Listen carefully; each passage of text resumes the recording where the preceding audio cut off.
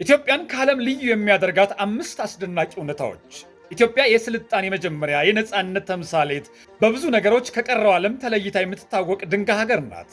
አንደኛ፣ የራሷ የሆነ የዘመን አቆጣጠር ሰዓት አጠቃቀም አላት። ኢትዮጵያ በዓለም ላይ ካሉ ሀገራት ሁሉ የተለየ የቀን መቁጠሪያ ትከተላለች። ዓለም በጎርጎሮሳውያን አቆጣጠር 12 ወራት ሲኖራት፣ ኢትዮጵያ ግን 13 ወር አላት። የ13 ወር ባለቤት 12 ወራት እያንዳንዳቸው 30 ቀናት ሲኖራቸው 13ኛው ወር ጳጉሜ ደግሞ እንደ ዓመቱ ሁኔታ 5ም 6ም ቀናት ይኖራታል። ለዚህ ነው የ13 ወር ብርሃን የምንለው።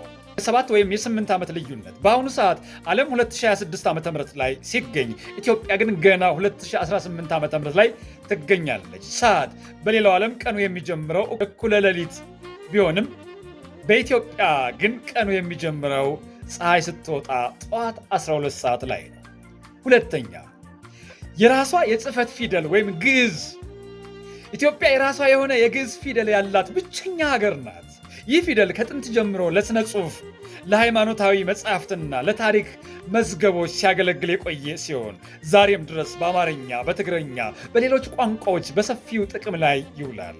ይህ የጥንታዊ ስልጣኔ ትልቁ ማሳያ ነው። ያልተንበረከከች ነፃ ሀገር ኢትዮጵያ በአፍሪካ ቅርጫ ወቅት በሀያላን ሀገራት ቅኝ ያልተገዛች ብቸኛ ሀገር ናት።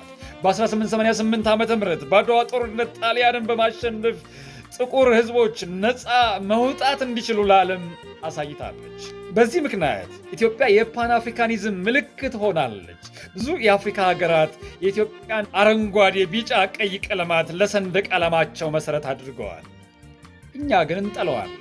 አራተኛ፣ የታላቁ የአባይ ወንዝ መገኛ፣ የአፍሪካ የውሃ ማማ። ኢትዮጵያ የዓለም የረጅሙ ወንዝ ለሆነው አባይ ከ85% በላይ የሚሆነውን ውሃ የምታበረክተው የአፍሪካ የውሃ ማማ ናት። ይህ ወንዝ ለሺህ ዓመታት ለታላቁ የግብፅ ስልጣኔ መሰረት ከመሆኑም በላይ ዛሬም ድረስ ለቀጠናው ኢኮኖሚና ፖለቲካ ትርጉም ያለው የተፈጥሮ ስጦታችን ነው።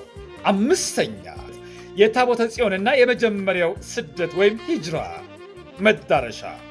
ኢትዮጵያ ለሁለት ታላላቅ ሃይማኖቶች ክርስትናና እስልምና ያላት ቦታ እጅግ የላቀ ነው። ክርስትና የቃል ኪዳን ታቦቱ በአክሱም ጽዮን እንደሚገኝ በብዙዎች ዘንድ ይታመናል። እንዲሁም ቅዱስ መጽሐፍት ኢትዮጵያ እጆቿን ወደ እግዚአብሔር ትዘረጋለች በማለት ይመሰክርላታል።